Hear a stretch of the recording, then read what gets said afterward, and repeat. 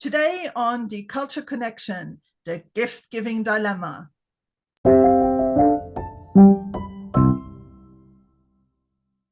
Welcome to another episode of the Culture Connection, where we bring you relatable stories of diversity.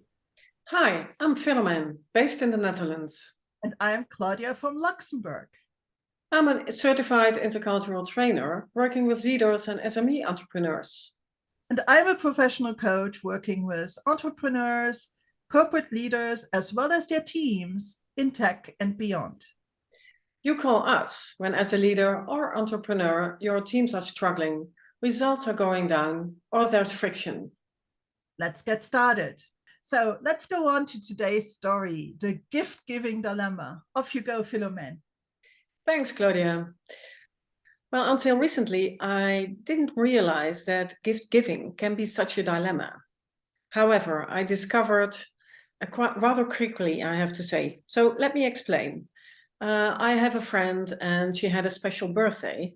So I wanted to give her a special gift. I was born and raised with the message from my parents that when you give a gift, you give it some thought. Because when you consider someone special, you give them special gifts. So there's this group of friends of my friend, and we have different nationalities. I'm born in the Netherlands, and there were two ladies from Belgium, and there was one from the UK. So we decided to give a gift as a group, right? As a group of friends. And then the big question came up, how much are we going to spend? And I asked for a number. And at first I asked it to the Belgium lady, and she was hesitant to answer.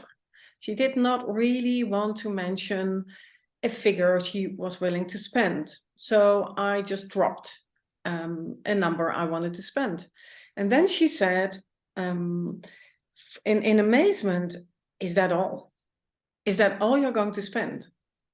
I said, really? I thought I was trying to give a special gift. So it's, for me, it was a great amount. And then the lady from the UK said nothing, basically. So there we were. We all had good intentions, but we were not able to get on the same line right away, right? So, of course, in the end, I gave a bit more, they gave a bit less. So we did find a special unit gift as a group. But what I learned are two things, Claudia. First one was the hesitation to mention an amount, to give a number you are willing to spend. There was shyness. It's a cultural aspect also, I think. In the Netherlands, in some parts of our country at least, it's easier to mention numbers you're going to spend. And on the other hand, I found out that when you try to have a good communication, you open up and you try to solve the problem with friendliness as foundation, you're able to figure it out. So this was a learning aspect about gift giving. Wow, what a story. And I absolutely can relate. It's, first of all, there is how much does the number associated with how much you spend for this gift represent how much you care for that person. Exactly.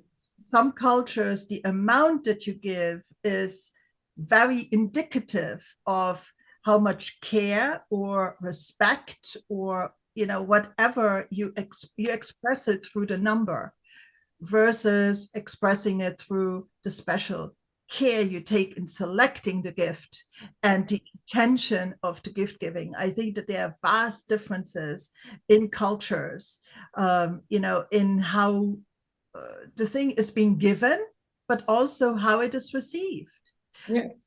If you receive a gift and it's in some cases it might be a handmade gift that's not really worth that much money, but so much thought went into it, it might be very received. In other cultures, people might look at that and said, well, why didn't they actually go out and buy me something and show it? So it's both in the perceived care of the giving and the receiving that can be very different.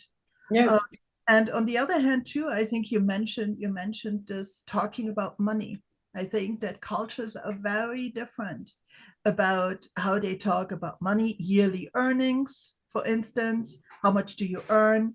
How much did you inherit from your parents? People will go as far as to say, I spent that and that much on my car sometimes, right? Yeah. But because everybody kind of knows the worth of a car, so it's less tricky. But these private things, sometimes you don't talk about it. And for some people, 50 euros, for instance, roughly the equivalent of $50, would be a big amount to spend on a gift. And for others, it might be, something they don't even think about. Of And course. how much do you share your money story, your personal money story, with the world, right? Yeah. And it's more complicated than you think. I also think that in this case, it was an international group, right? But afterwards, I discussed with other, say, Dutch friends who were born and raised in the Netherlands. And it quickly found out that we all had different thoughts about this. Not only, as you say, the amount of money you're going to spend, but also the effort you give, you spend on finding the right present. And then we see once again, I was raised with the message, money sometimes is irrelevant, meaning that when you find nice flowers in the field and you bring them, it's because you think someone is special enough to pick the flowers out of the field, put them in a vase of water and offer them, right? So it is not money related.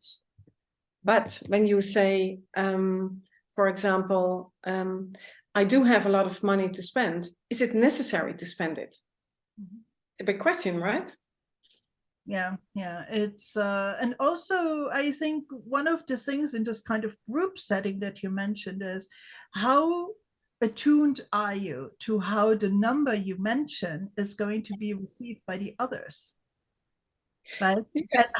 how does peer pressure play into this all? Like a person might be very rich, they might be very well off, but are they going to drop a number that they know is out of reach of the others? Or are they going to try to, get the feel for what's happening, and maybe try to say, maybe bow out and not mention a number, or try to level it to something that's a little bit more possibly aligned with what other people can do. Myself, I'm very much in the it takes effort. Yep.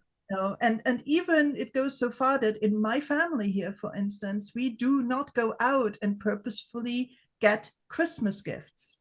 Mm-hmm. But if during the year somebody bubbles up that is just like, oh, this is the perfect thing to gift this person, maybe in the spring, something for the garden, or something like that, we then offer it. We then Yep. offer, because it's special, it's meaningful, and it doesn't clutter up the house even more, right? True. Have these things in a house that were just like gifted or we received, and that do not add necessarily value to everyday life. So very interesting. Yeah.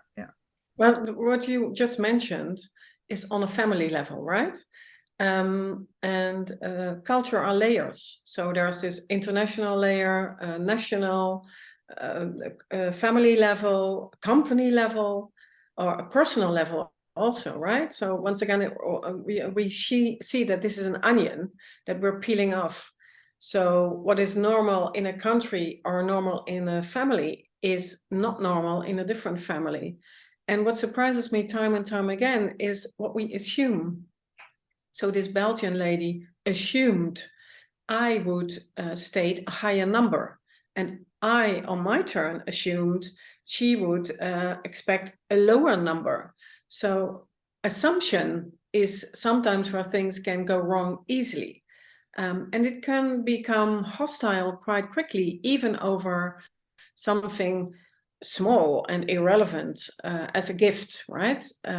So you have to be cautious. So be open-minded, and because I was surprised by her reply, but she was surprised by mine, right? So we both learned quickly how we were, how we reacted in situations where things are a bit complicated. And I think it's made worse through the fact that some topics in some cultures are more or less taboo. I mean, you just don't talk about it. So you're essentially pulling a number out of thin air. And so, of course, then your personal perception, your own financial background in this case plays into it. Also, what might be okay in one culture might be completely different in another. For instance, I lived in the US for a little while. It was a little bit more normal, let's say, to talk about salary ranges and things like that. And, let's say that a salary of, and I'm pulling these numbers out of thin air, they don't mean anything. But for instance, a salary of $50,000 a year might be a very acceptable salary. Well, you come to Luxembourg and you say 50,000 euros a year, and in certain circles, I'm not generalizing here, but in certain circles, people might laugh at you, okay? Yeah. Because it's considered very low. So, also this, it's like, but if nobody talks about it and you don't know, you don't have a yardstick by which to measure this. And, so I think that, some very interesting points were definitely associated with this one little story of, how different people can perceive this very simple thing. And great that you guys were able to come to a consensus, and that it didn't cause a big problem like within your friendships. Yes, exactly. So, and the lesson we learned was that finding common ground is how you get better communication and better relationships. And you can find common ground, but first, there's bias. And then we should just think again and keep our minds open. Maybe this is for today the main lesson. Yes, yes. Talk about it, people. Bring it out in the open and communicate. And that is going to settle itself out. Yeah, exactly. So much, Philomene. This was fun. Thank you for sharing your story. Welcome. And so, did you ever experience something like that? Please share it with us. We'd love to read it in the comments. Else, thank you for listening. I hope you liked it. Show us some love by subscribing, liking, or leaving a comment, and we will see you soon again. Bye. Thank you. Bye.